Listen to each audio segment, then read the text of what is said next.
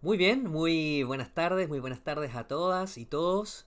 Vamos a iniciar esta, digamos, recuperación de la última parte de nuestro curso de Mindfulness de la sesión del día miércoles. Y vamos a hacer una recapitulación de la última parte que tuvimos un problema de conectividad y queríamos obviamente poder entregarles esto para que lo pudieran revisar y reforzar también para aprender de buena manera los contenidos. Vamos a conocer ahora, vamos a hablar un poquito de las profundidades de nuestra mente, conocer un poquito más lo que significa este aparato tan maravilloso que es nuestra mente y que a veces, ¿cierto?, no sabemos cómo funciona. Y vamos a conocer también algo de la evidencia científica que muestra los beneficios de mindfulness. Entonces tenemos que mindfulness, ¿cierto? Mucha investigación que se ha realizado tiene que ver con los aparatos perceptivos y las funciones ejecutivas de nuestro cerebro. Todos sabemos, ¿cierto?, desde lo clásico, ¿cierto?, de los cinco sentidos, como aparece en la imagen, ver, escuchar, ¿cierto?, ver, escuchar, hablar, ¿cierto?, el lenguaje, el tacto, ¿cierto?, el gusto, el olfato también sería otro sentido. Pero los investigadores también han determinado, ¿cierto?, que desde una perspectiva, como dice Siegel, ¿cierto?, este investigador plantea que existen 8 sentidos básicos. Están los 5 sentidos que son como los más conocidos o los más comunes, que es la vista, el oído, el tacto, el olfato y el gusto. Y ellos nos brindan información del mundo exterior. Recuerda que cuando hablábamos de la atención, del fenómeno de la atención, decíamos que hay una atención que se presta de la piel hacia afuera, ¿cierto? De la piel hacia afuera, o sea, es lo que nos llega desde afuera. Hay otra atención que se presta de la piel hacia adentro, es decir, a los procesos internos, y el otro que se va a los procesos cognitivos, como cuando estamos pensando, imaginando, etc. Otro sentido, ¿cierto?, que este investigador señala es la interocepción, o sea, interior, percepción interior, y que se refiere a las cualidades del mundo físico que estamos experimentando. Esto se puede deber, ¿cierto? Esto se vehiculiza con las sensaciones físicas que nosotros estamos experimentando. ¿Qué quiero decir? La sensación de frío, de calor, de sed, de sequedad, ¿cierto? A veces sentimos sensaciones de ardor, de inflamaciones, pequeños dolores en nuestro cuerpo. A veces sentimos hormigueos, palpitaciones. Imagínate que la riqueza que tiene nuestro cuerpo de sensaciones. Si bien nuestro cuerpo, mucha gente dice, el cuerpo nos habla, pero en realidad no nos habla con palabras. No es que el cuerpo me diga, oye Marco, anda a tomar once. No, no es eso, sino que el cuerpo me da la señal de vacío en el estómago que le indica a mi mente, me crea pensamientos en base a esa sensación, de que me sugiere que es el momento de ir a comer algo. Lo mismo, por ejemplo, si yo estoy en caso, por ejemplo, que hay frío y estoy en el exterior, experimento frío, inmediatamente mi cerebro empieza a crear llegar a casa para abrigarnos o bien calefaccionarnos con algún aparato. Es decir, las sensaciones físicas, esto es muy importante, nos sugieren cómo poder satisfacer esas necesidades que están mostrando las sensaciones físicas. Las sensaciones físicas también, yo creo que tú y yo también hemos experimentado muchas veces esto que la gente llama la intuición, ¿cierto? Cuando tenemos una corazonada, percibimos algo en nuestro cuerpo, una sensación incómoda a veces, o una palpitación, y nos dice, oye, estoy sintiendo algo raro, voy a tener precaución, oye, pensé en esta persona, estoy sintiendo algo raro con respecto a esta persona. Y también el cuerpo físico tiene estas señales que son interiores de percepciones que estamos todos los días y cada segundo recibiendo. Y también tenemos, ¿cierto?, lo que es la visión de la mente, ¿cierto? La visión de la mente se refiere a qué aparece, ¿cierto?, en mi interior cuando pienso, ¿no? Muchas veces la típica cara cuando estamos nosotros haciendo algo y nos quedamos pensando, quedamos así como mirando el techo, estamos ahí pensando. Oye, Marco, ¿qué te pasa? No, es que estoy pensando, ¿cierto? Estoy imaginando. La gente, los niños, ¿cierto? Las niñas y las niñas, tú sabes que se quedan sentados y están jugando con algo y están imaginando mundos, ¿cierto? Y dentro de ellos está ocurriendo precisamente la visión de la mente, cuando estamos imaginando. Yo recuerdo de pequeño, ¿cierto?, quedarme mucho tiempo simplemente imaginando juegos en mi mente, ¿sí? Y eso tiene que ver netamente con la visión de la mente, que es un sentido. Y esto está en una zona cerebral, ¿cierto? Que es la corteza prefrontal. En la corteza prefrontal, ¿cierto? Que es esta zona de acá, ¿cierto? Por dentro, obviamente, que es la que tiene todas estas funciones superiores de los mamíferos, ¿cierto? Tienen la propiedad, los seres humanos, de imaginar, de fantasear, hablar con nosotros mismos por dentro, imaginar cosas, como conversábamos en la sesión, imaginamos cosas que nos gustaría hacer, la mente nos sugiere cómo actuar inclusive, ¿sí? Otro sentido, ¿cierto?, es que es muy popular y que tú lo tienes que haber escuchado, que son las neuronas espejo, que tiene que ver con la resonancia, ¿cierto? Aquí bastante importante este tema de la resonancia y las neuronas espejo, para poder contarnos un poco cómo funciona. Las neuronas espejo, de alguna manera, reflejan cuando alguien, por ejemplo, está triste, esa tristeza que yo veo reflejada en el otro a través de tus gestos faciales, ¿cierto? Los gestos faciales son universales, ¿cierto? Existen 5 o 6 emociones que son universales. La alegría, la tristeza, el miedo, la rabia, el asco y la sorpresa son emociones que tú vas a encontrar en cualquier cultura del mundo. Eso, biológicamente, estamos diseñados para reconocer esas caras. Entonces, cuando yo veo una cara así, por ejemplo, veo a Marco que está llorando, ¿sí? Lo veo acongojado.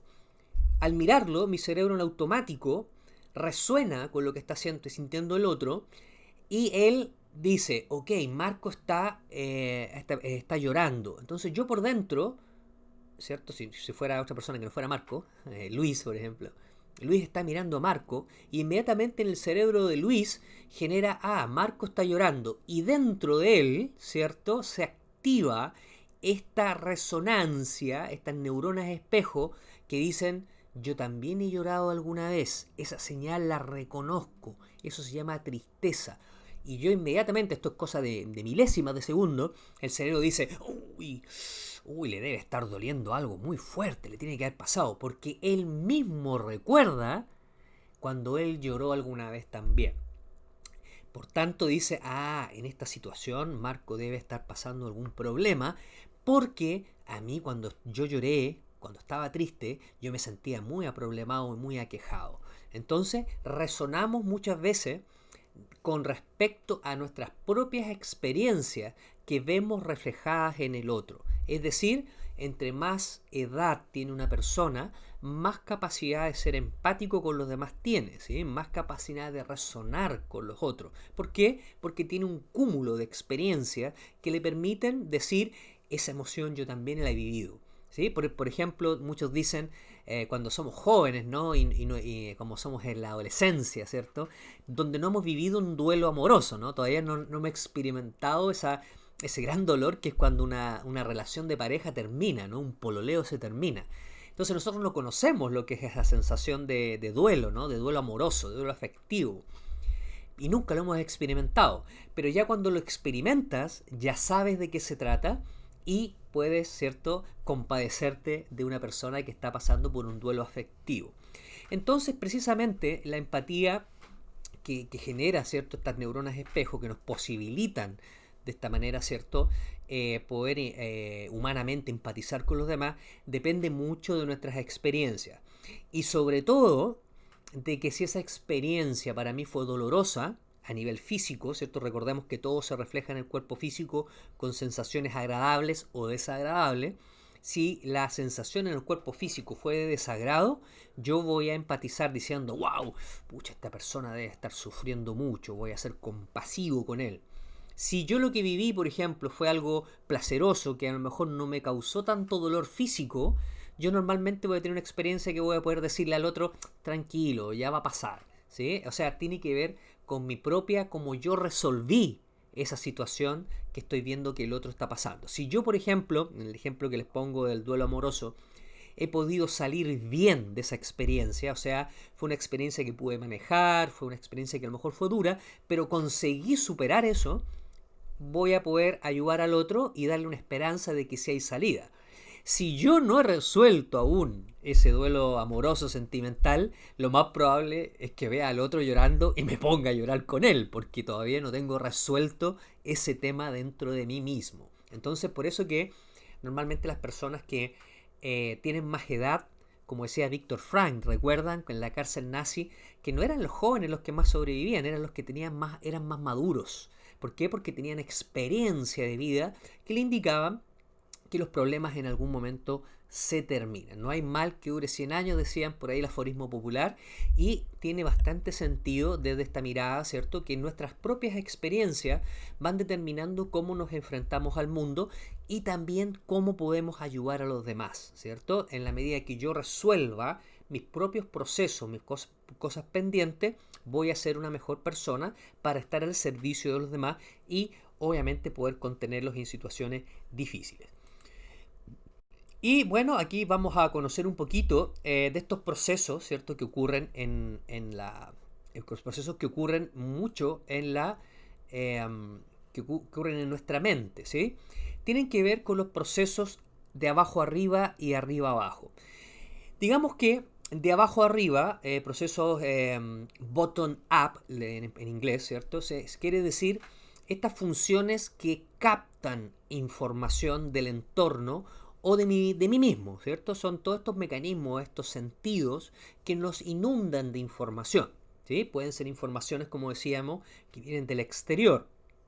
Ruido, sonido, calor, temperatura, olfato, personas que van pasando, que las reconozco. Pueden ser también de los propios sentidos. Siento un dolor de estómago, siento un dolor de rodilla.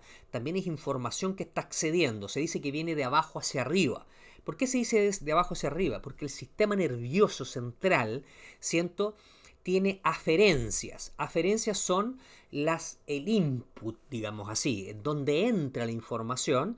Normalmente viaja desde la periferia del cuerpo hacia el centro de la espina de nuestro sistema nervioso central y luego asciende, ¿cierto? Por todo lo que es la estructura de la columna, ¿cierto? Por la columna, por el centro de la columna, la médula espinal, las raíces nerviosas, los pares craneales van confluyendo hacia el centro de la columna y suben hacia el encéfalo, ¿sí? Por eso se llama procesos de abajo hacia arriba, tomando en cuenta de que estos estímulos vienen de afuera, ¿cierto? Vienen desde el exterior o desde los límites de nuestro cuerpo y van llegando hacia el centro, confluyen, ¿cierto? Hacia el centro y luego suben hacia nuestro encéfalo ¿cierto? A las estructuras del tronco encefálico, ¿cierto? El bulbo raquídeo, el tálamo, y del tálamo, ¿cierto? Pueden saltar hacia la corteza frontoorbitaria, donde nosotros vamos a dar cuenta de lo que estamos procesando o de lo que el cerebro nos está mostrando.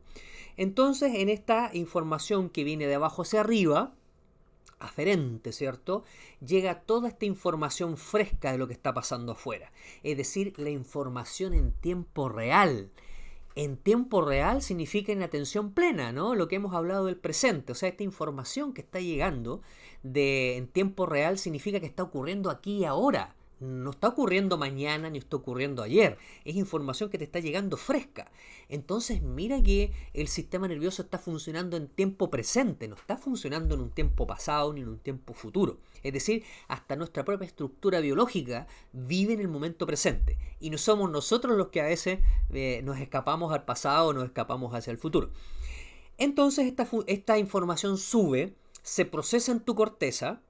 A veces hay información que no alcanza a llegar. ¿Por qué? Porque es irrelevante. Por ejemplo, si yo estoy corriendo en bicicleta, estoy haciendo una competencia en bicicleta, ¿cierto? Estoy acelerado en ciclismo. Quizás en ese momento para tu cerebro no le importa sentir, por ejemplo, las sensaciones del estómago. Porque en ese momento está muy ocupado en correr rápido. Pero cuando esa persona para, el ciclista para, y para la competencia y se va al camarín, ahí empieza a sentir la sensación de hambre. O incluso, por ejemplo, los que han practicado artes marciales, cuando a veces hay un torneo, ¿cierto? Tú recibes golpe y no te das cuenta cuando estás luchando que te llegaron los golpes. Es cuando te vas al camarín que te empieza a doler el cuerpo por los golpes que has recibido. ¿Por qué? Porque el cerebro está enfocado en el combate, ¿cierto? En el deporte, el combate deportivo. Y luego cuando ya te retiras del tatami, ¿cierto? Ahí empiezas a sentir los impactos que el otro rival, digamos así, el otro competidor, te acertó. Pero en el momento que estás luchando no te recuerda. Lo mismo pasa con muchas cosas. Personas que a veces han sufrido accidente, en el momento ni siquiera se dan cuenta que han sufrido un hematoma, que han sufrido una fractura, y es luego que empiezan a darse cuenta que tienen una fractura, que están machucados. ¿Por qué? Porque el cerebro está enfocado netamente en sobrevivir. Y luego, cuando ya pasa el estado de alerta, es que yo logro capturar los estímulos y las percepciones que el cuerpo me empieza a brindar. Entonces, mira que no todo el día nosotros somos conscientes de lo que estas informaciones nos están regalando. Tú sabes perfectamente que a veces uno está todo el día trabajando y cuando llegamos a nuestra casa es que empezamos a sentir que tenemos hambre, que tenemos sueño, que tenemos sed, ¿cierto? Que nos duele algo. Es cuando cerramos la puerta de la casa, es que abrimos la puerta y entramos y cerramos y ya estamos en nuestro living, es que empezamos a decir, oye, que estoy cansado, uy, fue un día súper largo. Pero cuando estamos trabajando con los niños, ¿cierto? Y estamos haciendo actividades, no nos acordamos. ¿Sí? La gente es raro que se enferme en su puesto de trabajo, se enferma cuando llega a la casa, porque ahí se da el tiempo para, ¿cierto?, darse cuenta cómo se está sintiendo. Y esto tiene todo el fundamento en lo que estamos estudiando ahora.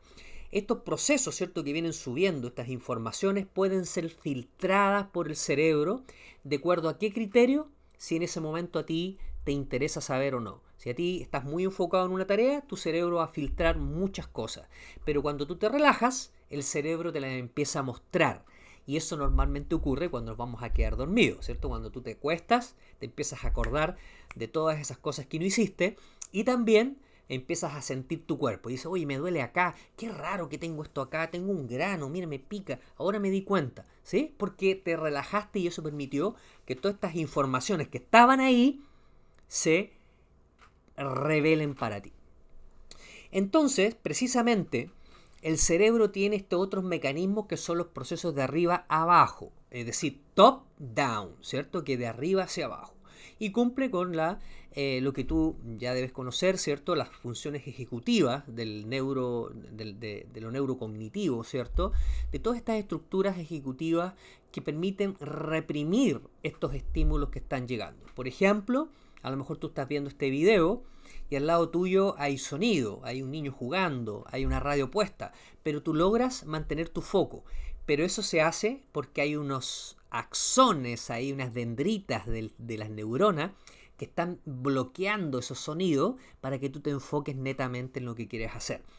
Todo eso, estos procesos de arriba abajo, seleccionan, clasifican, inhiben y dirigen la información que viene subiendo de abajo hacia arriba. Es decir, nosotros podemos reprimir todo. Incluso tú sabes perfectamente, muchas veces hay situaciones donde alguien dice algo que nos molesta, ¿no? Nos dicen, oye Marco, ¿sabes qué? Vas a tener que quedarte trabajando hoy día hasta las 11 de la noche.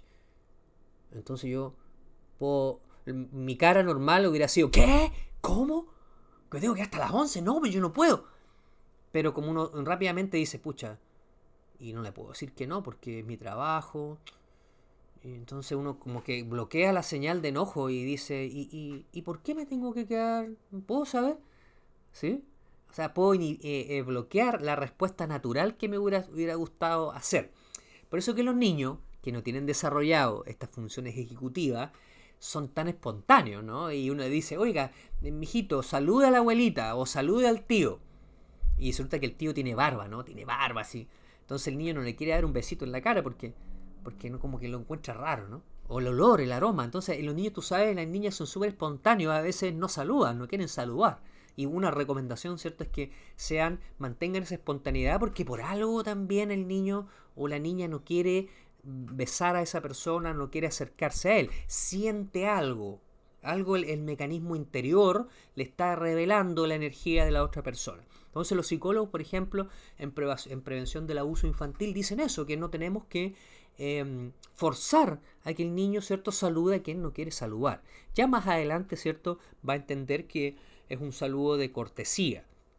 Pero ¿por qué tendríamos que nosotros de adultos besar a alguien que no queremos? O sea, ni siquiera en la vida adulta tiene sentido esa instrucción. Muchas veces por quedar bien del adulto que quiere quedar bien con que el niño salude o la niña salude a esa persona, a ese vecino, a ese amigo que él tiene, ¿sí? Entonces mira que los niños van y las niñas van madurando de a poco estas funciones ejecutivas y realmente la educación es trabajar netamente en estas funciones ejecutivas. Vamos a conocer un poquito más. Entonces, digamos que para quien no conoce la mente, es un laberinto. La gente se pierde, nos perdemos, porque pensamos que la mente somos nosotros. Eso es un gran desafío y que mañana les voy a dejar ahí algunas frases que tienen que ver con eso, que ya es lo más profundo de la filosofía, ¿cierto? Del mindfulness, que tiene que ver un poquito con que nos identificamos con lo que pensamos, creemos que somos lo que pensamos y en realidad somos mucho más que eso. Entonces las funciones ejecutivas se pueden resumir, ¿cierto? Son habilidades que usamos todos los días y que vamos a usar para siempre. Tienen que ver con organizar y planificar cosas, eventos, la agenda, por ejemplo, organizar tus tiempos, organizar las compras, organizar, por ejemplo, planificar tus clases, ¿cierto? Capacidad de sostener la atención en tu trabajo a pesar de las distracciones que hayan alrededor. A pesar de la propia distracción que tu mente está creando adentro, porque claro, uno está pensando en preocupaciones, ¿no? A veces uno está preocupado por algo o por alguien y sin embargo logramos dejar eso fuera y concentrarnos en nuestra tarea. Manejo óptimo del tiempo, ¿cierto? Administración del tiempo es muy importante. Solucionar problemas. Memoria de trabajo o de corto plazo, ¿cierto? La memoria de trabajo, ¿cierto? Son los datos que tú por ejemplo, te estoy diciendo top-down, ¿no? Te dije en la diapositiva anterior los procesos bottom-up y top-down, ¿cierto? En inglés.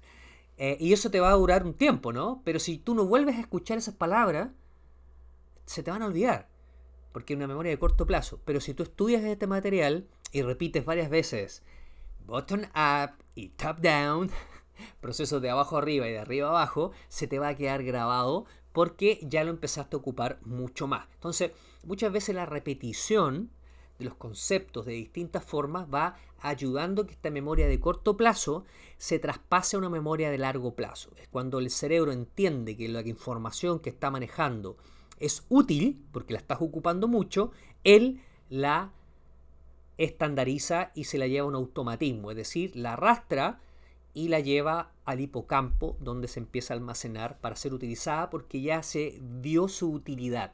¿Sí? Muy bien.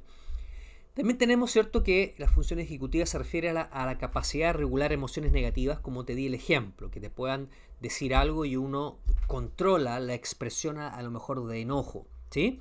También podemos falsear sentirnos bien. Las personas dicen, no, si estoy súper bien, hola, ¿cómo estás? Mucho gusto, yo lo más bien. Y si uno lo ve 5 minutos antes, estaba así, pobrecito, estoy mal. Pero viene alguien, hola, ¿cómo estás? Entonces podemos también fingir las emociones, ¿sí? Pero siempre hay un detalle en nuestra cara que nos puede revelar. Y la gente que te conoce, a pesar de que uno ponga la mejor sonrisa, te dicen, algo te está pasando a ti. A ver, vamos a conversar, te dicen los amigos y las amigas, porque te conocen y conocen tus gestos faciales. Y finalmente el control de los impulsos. Puede ser el control de impulso sexual, por ejemplo, el control de impulso de agredir, por ejemplo. Obviamente han habido casos, ¿cierto?, donde personas manejando un auto, tú creo que lo has visto en algún momento, que se cruza otro automovilista por el frente, paran más allá, los empiezan a perseguir, lo paran en un semáforo, se bajan del auto, se agarran a puñete. Eso es un impulso de hostilidad, de agresión, que uno aprende con el sistema educativo a controlar esos impulsos y tratar de manejarlo con la racionalidad, ¿sí? Entonces, todo esto son funciones ejecutivas y nuestra pega, nuestro trabajo, la educación principalmente es entrenar estas habilidades, ¿sí? Pero tampoco no podemos ignorar las otras señales que el cuerpo nos está dando. Es decir, el input de los procesos de abajo arriba, no se pueden ignorar, porque si los ignoramos, los reprimimos, se pueden transformar en una enfermedad, se pueden transformar en una desadaptación social, cuando yo no soy capaz de escuchar estos sonidos, estas sensaciones que estoy teniendo y las reprimo, ¿sí? Y hablábamos también, para puntualizar la información que entregué el otro día, que si uno reprime mucho las emociones sistemáticamente, puede llegar a un estado de depresión.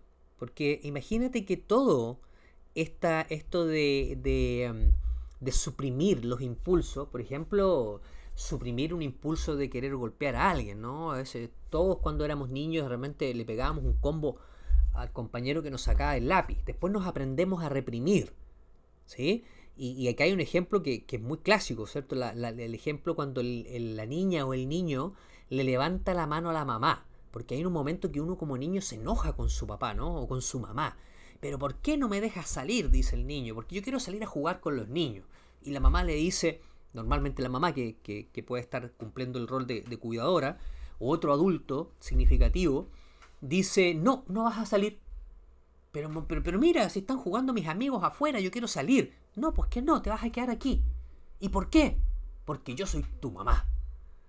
Entonces yo me recuerdo eso, practicando la autoobservación, mindfulness, he llegado a esos recuerdos y a mí me venía un enojo. Mira, ¿pero cómo? ¡Ah! Yo le decía, mamá, vieja, y decía así como... "Ah". Entonces en algún momento, yo me acuerdo haberle levantado la mano a mi mamá. Haberle levantado la mano a mi mamá. Y en algún momento, ahí no recuerdo, pero a lo mejor le pegué, ¿no? Le pegué. Y acuérdate lo que pasó de vuelta, ¿no? Lo que es como Chavo cuando le pegaba a Don Ramón, ¿no? Le pegaba a Don Ramón y Don Ramón después le pegaba a uno de vuelta. Entonces está eso en la violencia en la familia, ¿no? Y que a veces se escapan, esos golpes se escapan porque el adulto no está consciente de lo que está haciendo. Por eso que necesitamos educar a nuestros padres, ¿cierto? A los padres de la comunidad en estos fundamentos. ¿Por qué? Porque el niño reacciona con esta emoción, que es el enfado, porque él tiene un deseo el niño, que es salir a jugar con sus amigos. Porque él ya puede imaginar con su visión de la mente, que jugar les es placeroso, ¿no? El niño siente placer jugando. Por tanto, él quiere salir a jugar. Se imagina que va a estar jugando con sus amigos y siente el placer de salir a jugar. Y cuando la mamá o el adulto le impide salir a jugar, lo que experimenta es el enfado, la rabia, que la rabia tiene el objetivo de sacar el obstáculo para afuera y hacer lo que él quiere hacer, es decir, sacar al papá para el lado y salir nomás a hacer lo que él quiere hacer. Pero se encuentra con que la mamá o el papá o la abuelita, ¿cierto?, le dice que no puede salir y viene esta emoción de enojo y ahí le levanta la mano a la mamá y la mamá muchas veces le devuelve otro golpe de vuelta. Y tú sabes que un adulto que es mucho más grande que un niño, que pesa, ¿cuánto? 3, 4 veces más grande, pega bastante fuerte, ¿sí?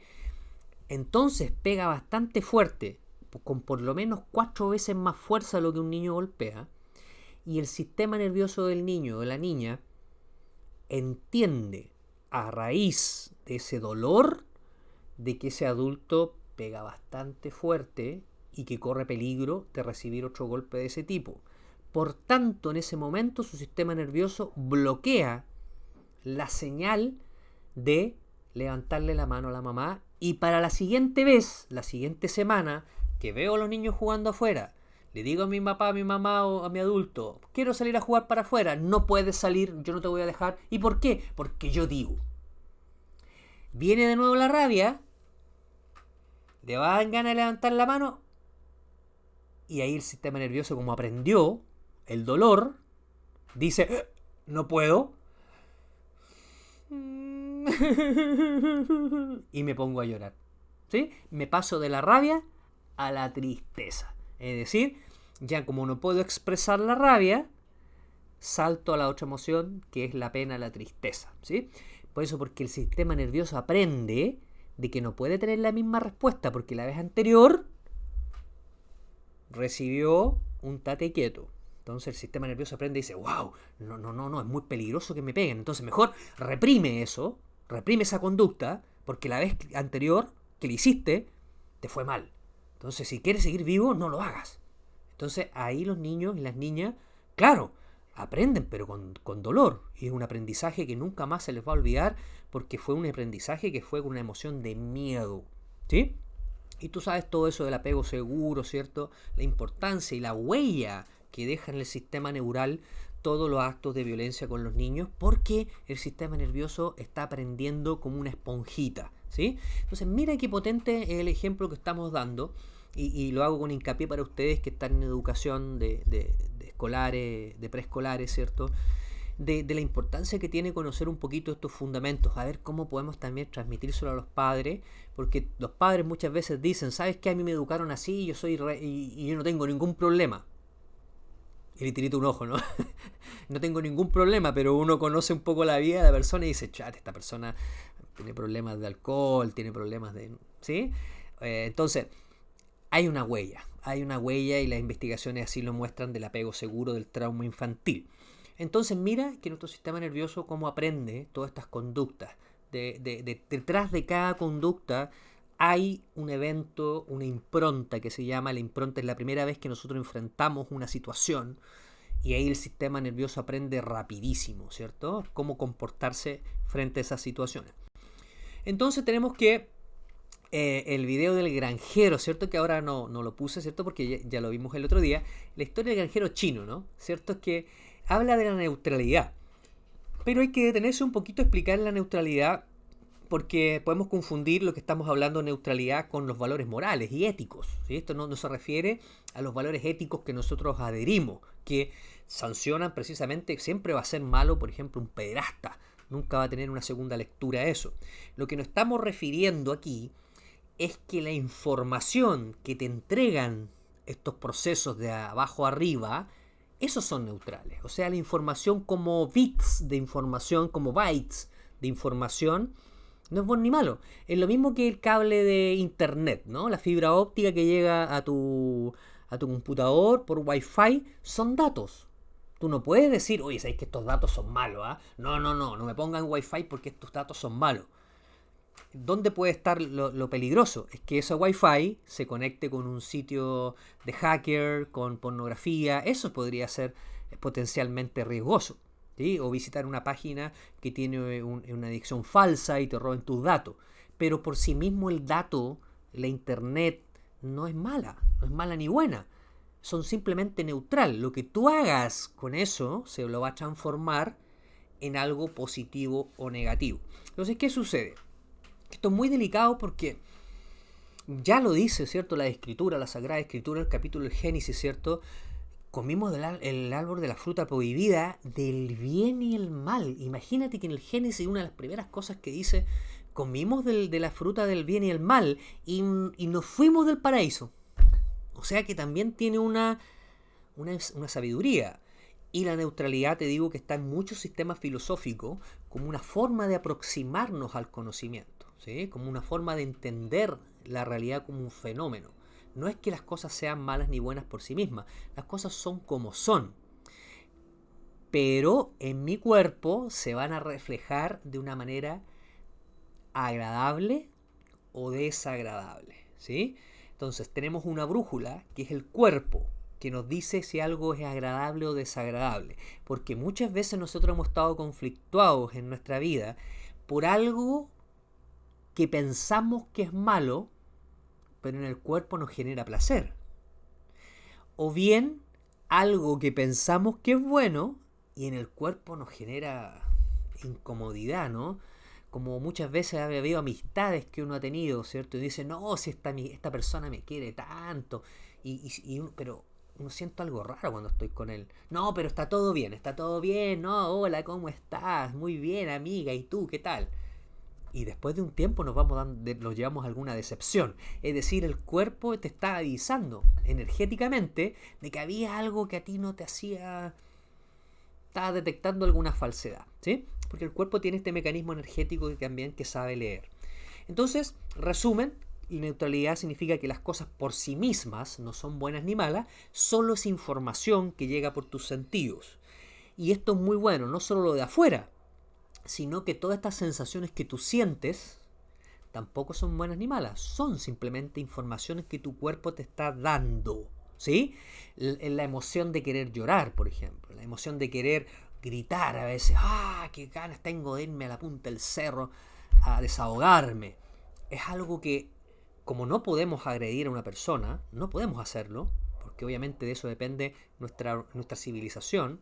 Sí podemos de repente ir a la punta de Chinchorro a gritar, ¿no? A la punta del morro, a la punta del morro de Arica, ¿cierto? A gritar, o a la playa de Chinchorro a gritar, correr y a desahogarse, ¿sí? Porque es una forma de liberar esa energía de enfado, de rabia, de una manera positiva y una manera generativa.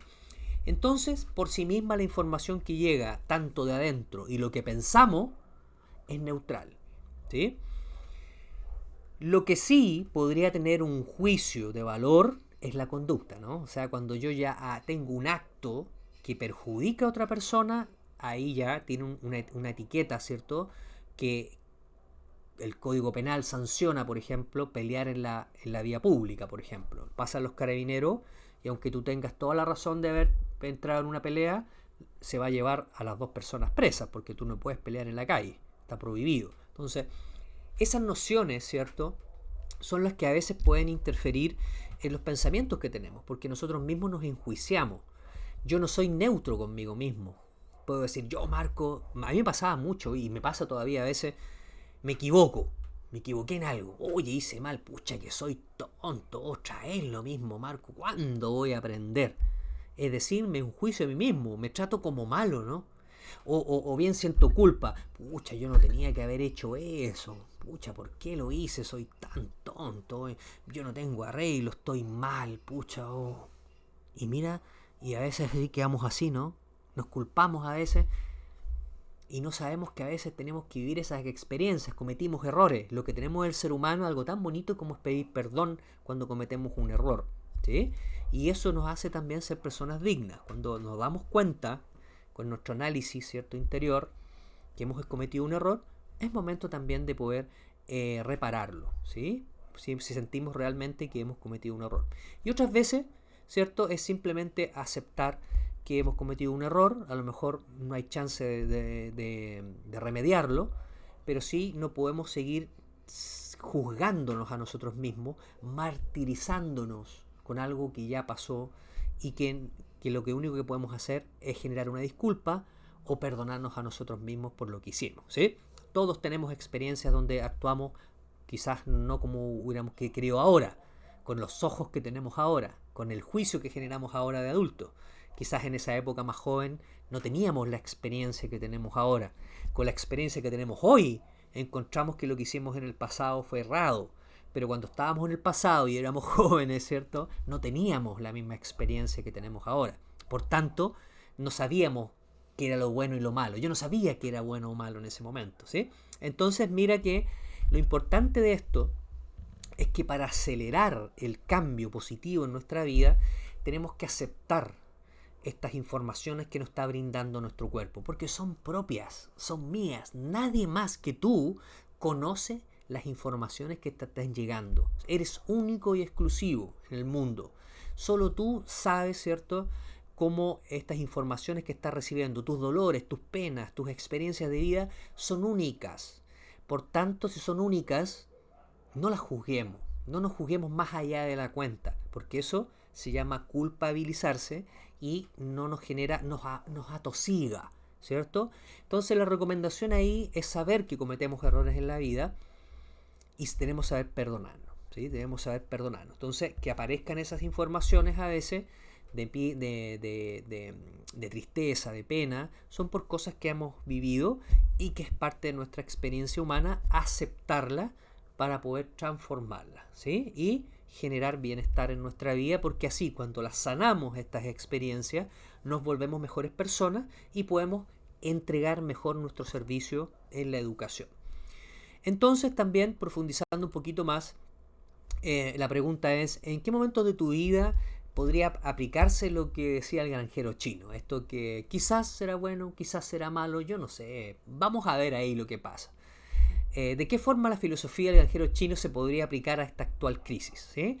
Las preguntas, ¿cierto?, orientadoras que le hicimos el primer día es qué podemos aprender de esto, ¿no? ¿Qué valores aparecieron en nuestra comunidad, en nuestra familia, que nos gustaría que siguieran adelante? Cuando se termine todo esto, ¿qué valores vamos a seguir ocupando? ¿Vamos a seguir siendo solidarios o nos vamos a olvidar de la solidaridad, porque ya volvemos de nuevo al individualismo. No, yo creo que el mensaje es que estas experiencias las ocupemos en nuestro beneficio. Entonces, aquí aparece esta frase de Campo Amor, ¿sí? Dice, nada es verdad, nada es mentira. Todo depende con el cristal con que se mira. Es la figura del lente, ¿sí? El lente, la óptica que nos ponemos, va a determinar qué es lo que estamos viendo afuera. Si tú te pones, por ejemplo, en un día nublado, lentes oscuros, estos Ray-Ban negritos, ¿cierto? Vas a ver más oscuro que lo que está afuera. Sin embargo, también están estos otros lentes amarillos que son para conducir, ¿no? Entonces, en un día oscuro o medio nublado, te pones un lente amarillo, oye, decís, oye, mira, no sé si está claro. Entonces te juntas con otra persona que no tiene los lentes amarillos y tú dices, oye, está claro el día, se ve bien. Y el otro dice, pero ¿cómo si, mira, está nublado, no se ve bien? ¿Por qué? Porque tienes puesto otro lente. Entonces lo mismo sucede y dice, oye, pero ¿cómo lo hace este tipo para estar tan positivo en esta crisis que hay? Pues si está la escoba, mira, está el mundo acabándose, dice la gente. Y a veces me toca a mí con mis lentes que te ando trayendo, la actitud que tengo frente a la vida, que es un lente, se vuelve un lente. Yo digo, ¿sabes qué? Detrás de esto hay un propósito, hay un sentido. Pero ¿cómo puedes, Marco? Mira si todo lo que está pasando, mira las tragedias, pues hombre, mira, está quedando la escoba. Y yo digo, pero así es, pues cuando uno se enferma, la enfermedad te regala recuperarte, ¿no? O sea, el cuerpo genera enfermedad para recuperarse de algo que le está pasando, ¿sí? La enfermedad es una solución para algo, un conflicto un biológico que tenemos adentro. Si no te enfermaras y siguieras con el conflicto adentro, terminarías rápidamente terminando en el hospital desahuciado. ¿Por qué? Porque no te diste el tiempo de sentir la percepción. Recuerden cuando hicimos el escáner, yo dije que el escáner se puede convertir en una medida preventiva, en medicina preventiva. ¿Por qué? Porque te vas a hacer consciente antes de las sensaciones desagradables. Por tanto, esas sensaciones desagradables te pueden estar indicando que tu órgano se está enfermando. Entonces es tiempo de ir a visitar al médico, que te haga una endoscopía, que te haga un examen, que te evalúe, ¿sí? Para descartar que esa sensación física sea una patología. Por eso es muy bueno el escáner corporal, porque te va a permitir estar en tiempo real, bottom up, ¿cierto? De arriba a abajo, capturando la información que en tiempo real te está entregando tu cuerpo.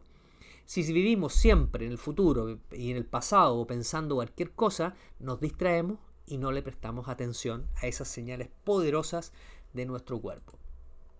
Entonces es interesante señalar que si la autoobservación, ¿cierto? La atención puesta en mí mismo, se mantiene durante bastante tiempo, o sea, nos disciplinamos en la práctica de la atención plena, llega un momento en que realmente podemos ver o apreciar las características de los procesos de arriba a abajo, es decir, las represiones que hacemos de lo que sucede. Si volvemos a la metáfora del cristal a través del cual se mira, diríamos que llega un momento en que somos capaces de mirar el cristal. ¡Wow! Aquí está el cristal, yo lo miro y digo, oye, mira, este era el cristal que usaba para ver la vida. Con razón no me funcionaba esta cuestión, porque con este lente que tengo puesto, ¿cuándo iba a lograrlo? Porque mira, con esta negatividad, con estos traumas, con estos dolores, con esta desesperanza, ¿cuándo iba a lograrlo? Pues entonces, ¿qué hago? Limpio el lente o lo cambio, ¿sí? Y ahí se llama la nueva actitud. Entonces, antes el cristal era invisible. Creíamos que lo que veíamos era directamente la realidad.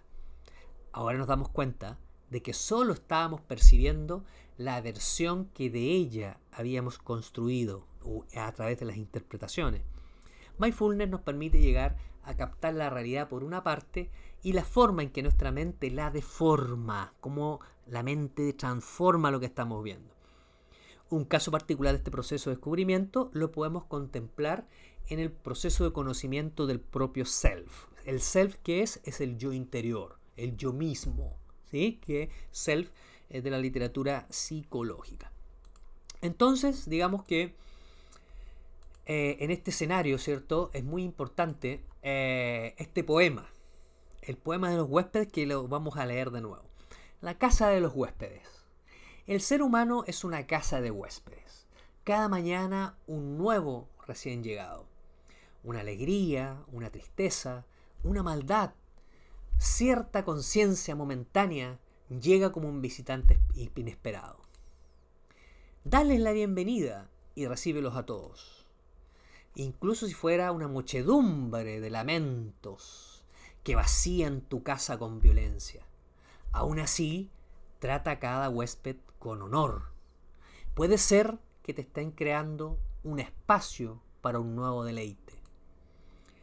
Al pensamiento oscuro, a la vergüenza, a la malicia, recíbelos en la puerta riendo e invitándolos a entrar. Sé agradecido con quien quiera que venga, porque cada uno ha sido enviado como un guía del más allá. Este poema, ¿cierto?, lo escribió un poeta sufí, ¿cierto?, que los sufí son de la región de Oriente Medio, ¿cierto? Ellos tienen una filosofía también. Los creadores del enagrama también, el enagrama viene de esas corrientes. Y se refiere un poquito a esta metáfora de que nosotros entran muchas informaciones, pero si que nosotros nos resistimos a estas informaciones, o sea, no las queremos ver, se quedan ahí viviendo contigo, porque tú no quieres verla. Si yo reprimo mi tristeza, ¿se va a ir la tristeza? No, pues, se sigue ahí. Si yo reprimo mi enfado, lo reprimo, ¿se va el enfado? No, pues sigue escondido, hasta que en un momento va a aparecer, ¿cierto? Y va a tomar el control. Entonces lo que te dice esto es que con todos estos pensamientos que llegan, las emociones, deja que se expresen. Trata obviamente de canalizarlos de una manera positiva, pero no porque los ignoremos se van a ir, ¿cierto? No porque tiremos la basura debajo de la alfombra, la basura desaparece, ¿sí? No, la basura está debajo de la alfombra y cuando saques la alfombra te vas a encontrar con toda la basurita ahí. Y eso de alguna u otra manera pasa cuando las personas hacen crisis de salud mental. Crisis de salud mental se refiere precisamente a que teníamos mucha basura debajo de la alfombra que no nos habíamos dado tiempo de sacarla y limpiarla. Definiciones, ¿cierto?, que te pueden servir. Tiene que ver con la adhesión y el apego. Desde el apego, no desde la teoría del apego seguro, ¿cierto?, que tiene otra interpretación, ¿cierto?, sino que se refiere más o menos de la palabra apego desde el lenguaje común, ¿cierto? Es lo que hace la mente cuando se aferra desesperadamente a algo y se niega a desprenderse de ello. Muchas veces tú sabes que nos apegamos a una filosofía. Por ejemplo, tú sabes que en Chile en este momento hay como una radicalización de los pensamientos, ¿no? Tú vas a las redes sociales, lo puedes ver, que todos piensan tener la razón. Los de izquierda, los de derecha, los de arriba, los de abajo, los del centro, todos parecen que son los eruditos, ¿no? Parece que todo el que está en una postura cree que la que él tiene es la mejor, ¿no? Y la defienden como si fuera algo de vida o muerte. Y no la interpretan como punto de vista de un todo.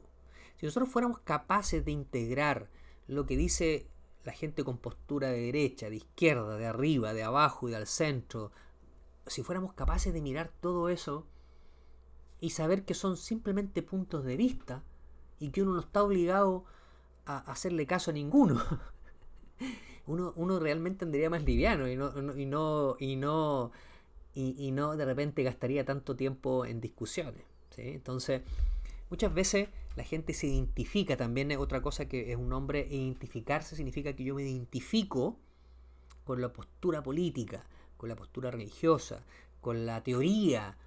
Identificarse significa que yo me adhiero, me apego a una forma, a una creencia. Y eso está bien, así funcionamos. Pero ojo también que a veces las creencias nos restringen mucho, nos coartan, ¿sí? Hay que elegir bien, con bastante delicadeza las creencias que tenemos, los apegos que tenemos, que sean apegos que realmente nos hagan crecer, nos hagan sentirnos libres y no apegos que nos hagan sentirnos encadenados. Esa es la precaución que tenemos que tener, porque siempre nos vamos a estar apegando a algo, ¿sí? Vamos a tener algo que queremos mucho, de algo que deseamos. Lo importante es que eso no me encadene y me quite energía en mi vida.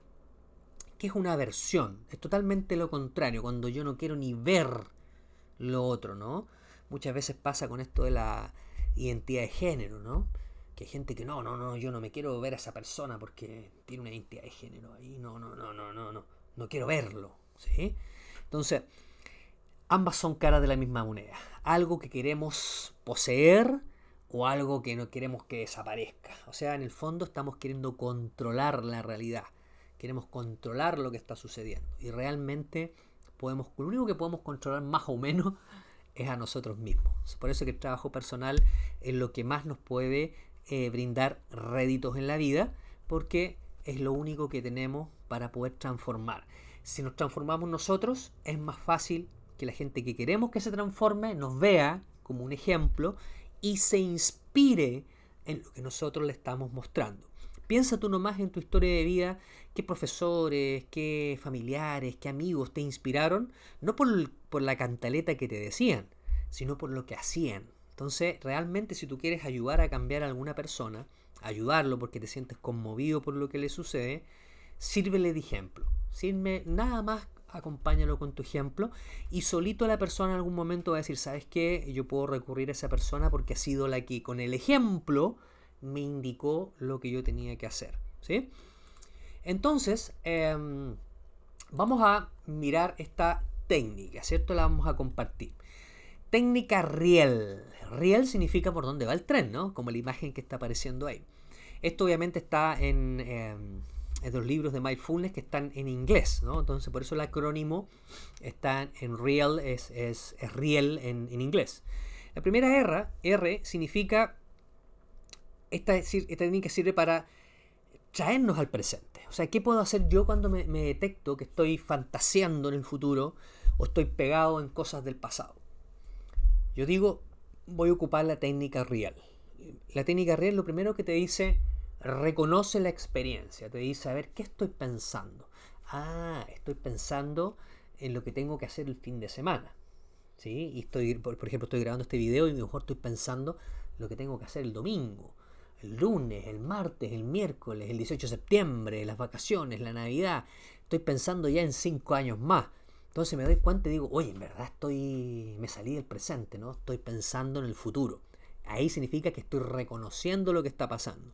Puede ser también que reconozca, oye, ¿sabes qué? Estoy sintiéndome enojado, estoy sintiendo miedo. O sea, ponerle un nombre a lo que está pasando, a la experiencia que estás viviendo. Aceptar que estás así, aceptar que estás fantaseando, aceptar que estás pensando en el pasado, aceptar que a lo mejor te estás sintiendo culpable, aceptar de que te estás castigando, aceptar la experiencia que tienes. Primero aceptémoslo. Después investigo la experiencia. Digo, a ver, pero esto ya pasó tantos años. Parece que me estoy juzgando, todavía me siento culpable. Bueno, ¿y qué podría hacer en realidad? Ya pedí disculpas. Pucha, me falta pedirme disculpas a mí entonces. Parece que yo soy el que no suelto el cuento. Parece que yo soy el que quiero sufrir y por eso me acuerdo de tantas cosas que no puedo cambiar. A ver, ¿qué puedo hacer? A ver, Marco, dime una cosa. ¿Te gusta sufrir a ti o no? No, en verdad no tiene mucho sentido. Ya esto ya pasó. ¿Sí? Lo voy a soltar. A lo mejor me siento rabia conmigo mismo. Pucha, la becera. Acepto, me investigo de dónde viene esta experiencia que estoy viviendo. Si siento tristeza, digo, a ver, ¿por qué estoy triste estos días? ¿Qué pasa que me estoy sintiendo triste? ¿Por qué será? Ya sé por qué. Porque yo tenía planificado un viaje y le quería hacer un viaje con mi pareja y había comprado unos pasajes y resulta que ahora parece que voy a tener que cambiar los pasajes para viajar. Por eso estoy una pérdida, estoy perdiendo algo que yo quería, algo que quería lograr. ¿Sí? A lo mejor me quería cambiar de trabajo, a lo mejor me quería ir a vivir a otra ciudad, me quería comprar mi casa y ahora a lo mejor los dineros tengo que ocuparlo para otra cosa, entonces estoy triste por eso que no voy a poder cumplir. Ah, por eso estoy triste. Por eso me pasa eso. Ahora me entiendo a mí mismo. ¿Sí? Y luego dices, me libero. No me identifico. O sea, ¿sabes qué? El pasado pasó, ya pasó. Ya no me voy a seguir pensando, porque si sigo pensando se sigue creando, ¿no? Y en el futuro lo mismo. Entonces, ¿qué hago? Voy a decir, ¿sabes qué? Me libero. Yo no voy a seguir pensando en eso. Ya lo investigué, lo deliberé y yo tomé una decisión con eso. Voy a hacer las paces con mi pasado. Voy a dejar tranquilo el futuro. No lo voy a dar tanta vuelta. Ya tengo planificado. Voy a aceptar que los planes cambiaron. ¿Sí? y ahí me encauzo. Entonces reconocemos la experiencia cuando somos capaces de identificarla, ponerle un nombre, asignarle un lugar y saber que la estamos viviendo en este momento. Estoy viviendo un duelo, estoy enojado, estoy triste, me siento solo. Eso es reconocerlo. Segundo, aceptamos la experiencia. Significa no huir de ella a través de una acción de evasión. Me estoy sintiendo solo, ¡ay! Llamo por teléfono, salgamos, hagamos un viaje, ¡pum! ¿Sí? Me arranco de ahí. ¿Sí? Y resulta que llegas de viaje y vuelves a lo mismo. O sea, es imposible huir de nosotros mismos.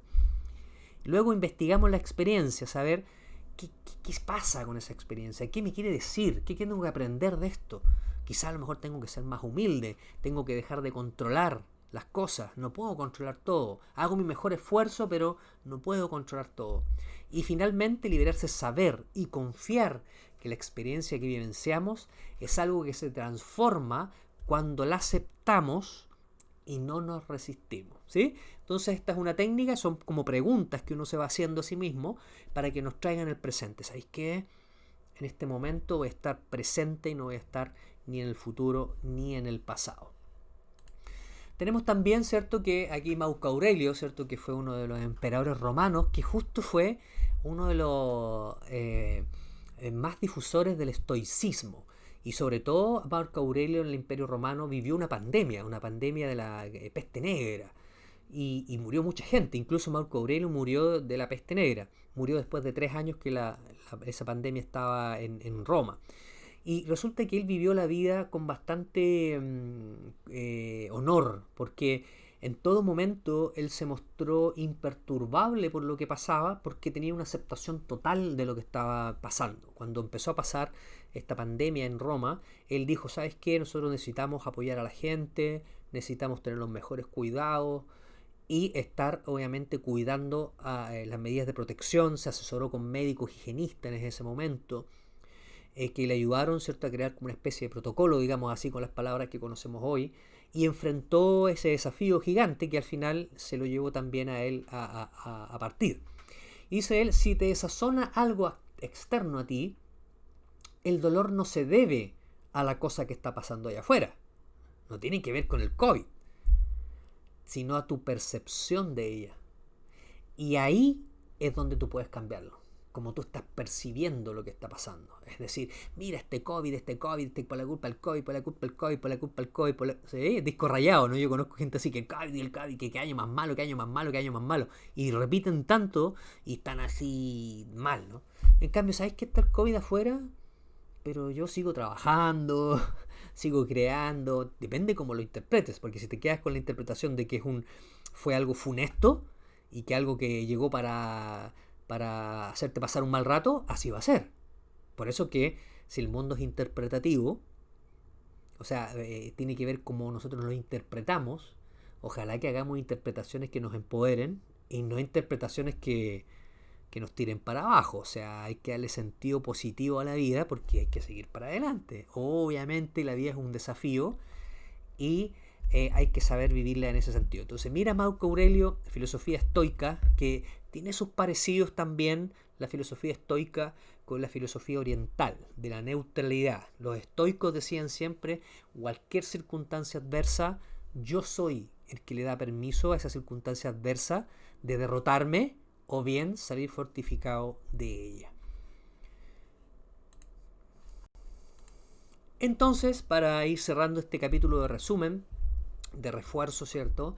La actitud interior. ¿Qué es la actitud interior? Cuando no podemos modificar algo en nuestro exterior, hay que cambiar la actitud interior, ¿sí? Para no añadirle más sufrimiento al sufrimiento, más tensión a la tensión. Y como digo yo, no agregarle más drama al drama. Se puede aprender a regular los comportamientos internos y externos e incluso modificar los modelos mentales que le añaden conflicto al conflicto y desdicha a la desdicha. Es decir, sí, estamos en una situación peligrosa con el virus, exacto, pero si yo más encima lo hago responsable de tantas cosas, crece, ¿no? Y en vez de manejarlo como corresponde, con las medidas de seguridad, yo voy a tener más peligro y más me voy a sentir más miedo de lo que esta situación provoca. Actitud de aceptación, ¿qué es? Implica ver las cosas tal y como son, en cada instante. Es decir, funciones de abajo hacia arriba. La información que llega a nosotros, o sea, hacernos conscientes de esa información que está llegando a cada segundo a tu cerebro. Vivir la realidad en este momento presente, aceptarlas como son. Una actitud de aceptación incondicional no debe confundirse con una resignación. El abandonarse o el desinterés tampoco significa que uno no se esfuerce por seguir avanzando y tolerar la injusticia. Se trata de ver las cosas tal como son y aceptarlas sin imponer ideas preconcebidas, sentimientos o formas de pensar. ¿Sí? Y eso lo vemos precisamente con todo lo que la gente habla del COVID, ¿no? Dicen, no, si esto lo crearon los chinos. No, si lo crearon los Estados Unidos. No, si esto los extraterrestres lo crearon. O sea, la gente tiene miles de teorías por qué se originó el famoso virus. ¿Sí? Conspiraciones y todo eso que tú quieras decir. Pero lo concreto es que ahí está el virus. Y es mortal. Si tú no te cuidas y puedes dañar a tus seres queridos. A lo mejor tú que eres joven no te va a pasar nada. Pero nuestros abuelos sí. Entonces tenemos una responsabilidad de cuidarnos. Entonces tenemos que aceptar que existe eso. Y no podemos andar diciendo de que no existe. Porque imagínate que sí hay casos que se han comprobado.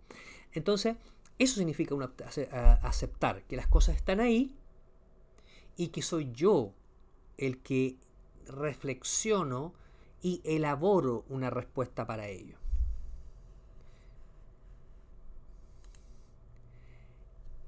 Voy a aprovechar, ¿cierto?, de agregar estas dos slides que nos faltó tiempo el día miércoles. ¿Cuándo podemos practicar mindfulness? Mindfulness, ¿cierto?, debe practicarse, idealmente, ¿cierto?, media hora diaria. ¿Sí? Media hora diaria, yo por lo menos me regalo 20, 15 minutos. Como te decía, puedes hacerlo entre medio de momentos de espera, cuando estás yendo a un servicio, cuando vas viajando, cuando vas en el auto, cuando vas en un bus, o te encierras en tu pieza un ratito para practicarlo. A veces puede pasar de que nos quedemos dormidos, ¿cierto? Y eso está bien, o sea, es parte de lo que puede pasar, porque como nos relajamos, el cerebro dice, hay que aprovechar de descansar porque Marco está cansado. Pero ¿sabes qué? Cuando uno lo empieza a practicar, te empiezas a rejuvenecer. Y no es cuento, no es de Dorian Gray. Pero yo tengo 60 años. Tengo 45. Pero realmente rejuvenece. ¿Por qué? Porque el sistema nervioso descansa. Y funcionamos más económicos. Como estamos relajados, gastamos menos energía. Porque imagínate un hombro que esté todo el día tenso, significa que ese músculo está gastando energía y está generando un dolor, por tanto está gastando energía. En cambio, si yo me doy cuenta que puedo andar así tranquilo, respirando, la energía me va a durar muchísimo más. Y eso fue algo que yo descubrí con la práctica, que la energía sentía que llegaba la energía. ¿Por qué? Porque más relajado viviendo. Si estoy tenso, gasto más energía, ¿sí? Eso los deportistas lo saben perfectamente. Entonces es bueno también a veces poner un reloj, ¿sí? A veces voy a practicar mindfulness media hora y si tienes que hacer algo después, dejas puesto una alarma por si te duermes, si tienes que hacer una diligencia después, no atrasarte con tus compromisos. ¿Dónde se debe realizar el mindfulness?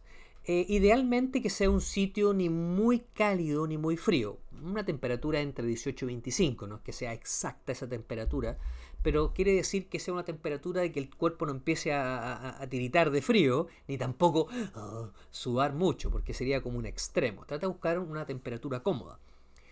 Tiene que ver, ¿cierto? También es importante desactivar, por ejemplo, el teléfono, por las llamadas. Por ejemplo, le puedes poner el botón de no molestar para que no te interrumpa en medio de la práctica. También avisarle, mira, esto es importante, a tu familia.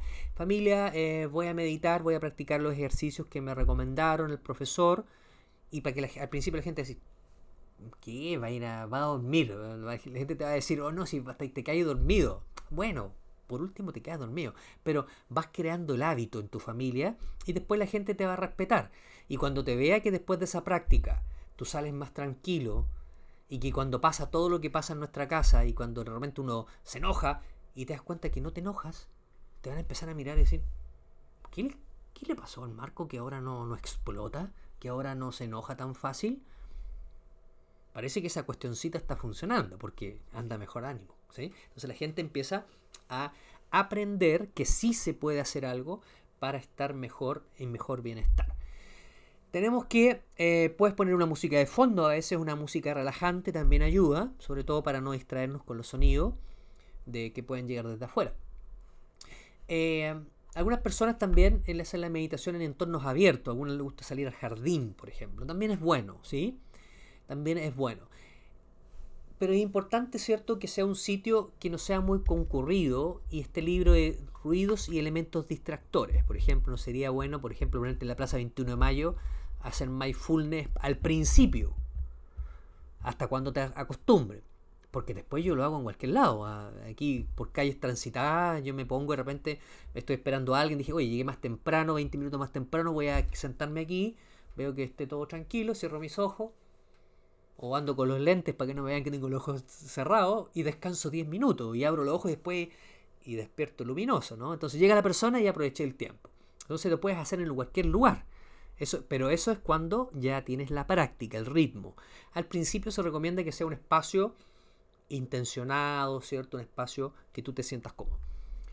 Muy bien. Ropa cómoda, normalmente ropa que no te apriete. Por ejemplo, un Beatle muy apretado acá te puede generar cierto, muchas pulsaciones. O un cinturón muy apretado también te puede evitar que respires profundamente. Entonces, ropa básicamente holgada, como deportiva, digamos así. Muy bien. ¿Y qué posición podemos practicar? Muchas veces algunos usan esta posición como de meditación, ¿cierto? Con los pies cruzados, pero eso no es tan necesario desde mi experiencia. Bastaría que estuvieras sentado o sentada con la espalda recta. Eso sí es importante porque la columna vertebral, al estar derecha, tu sistema entiende que estás despierto, ¿cierto? Cuando la columna se tuerce es que ya te empiezas a caer a dormir, porque pierde su estructura la columna y se prepara como para dormir. Entonces mantener la espalda derecha te va a ayudar a mantener la atención y la conciencia. Puedes poner un cojín, una esterilla como la que les han regalado para las prácticas de yoga, una toalla, encima de una toalla sentarse, y el cojín, cierto, que sea un cojín grueso que te pueda amortiguar, cierto, el peso de los glúteos, y a veces también a buscar una posición cómoda para la zona pélvica. Espalda derecha, ¿cierto? Una posición no forzada, pero sí manteniendo una postura derecha con el cuerpo que denote que no estás durmiendo, porque no es el propósito de dormir, sino que estar consciente mientras estoy relajado. Muy bien. Bueno, resumen, ¿cierto?, de hasta dónde hemos llegado. Mindfulness consiste en 3 pilares. El primero, ¿cierto?, tener una intención. Segundo, concentrarnos en lo que queremos. Por ejemplo, elegimos un foco para practicar. Por ejemplo, un foco cerrado es la respiración, ¿cierto? Decimos que foco cerrado es cuando nos enfocamos en un puro estímulo. Puede ser la respiración, puede ser un sonido, puede ser las sensaciones de mi cuerpo. Me voy a concentrar en el palpitar de mi corazón y me quedo enfocado. Me voy a concentrar en contar respiraciones y eso yo elijo donde concentro mi atención. Ahí, ¿cierto? Lo segundo pilar es la atención, o sea, elegir el foco y vigilar que la atención se mantenga enfocada. Es decir, si yo me doy cuenta que me distraigo, vuelvo a traer la atención hacia mí. Darse cuenta de la distracción, reenfocarla. ¿Qué actitud? Una actitud amable, neutral, apreciativa, curiosa de lo que te está sucediendo dentro. Y centrar la atención siempre. Muy bien. Vamos quedando por aquí con este capítulo, ¿cierto? Que de refuerzo de la sesión del día 2, de la sesión de la segunda sesión, que tuvimos un desperfecto ahí con algunas conectividades, así que estamos grabando este video para que puedas reforzarlo. Así que un gran abrazo, nos seguimos viendo. Gracias a todas por conectarse a esta transmisión y este video de reforzamiento. Así que nos vemos, cuídense y practiquen también.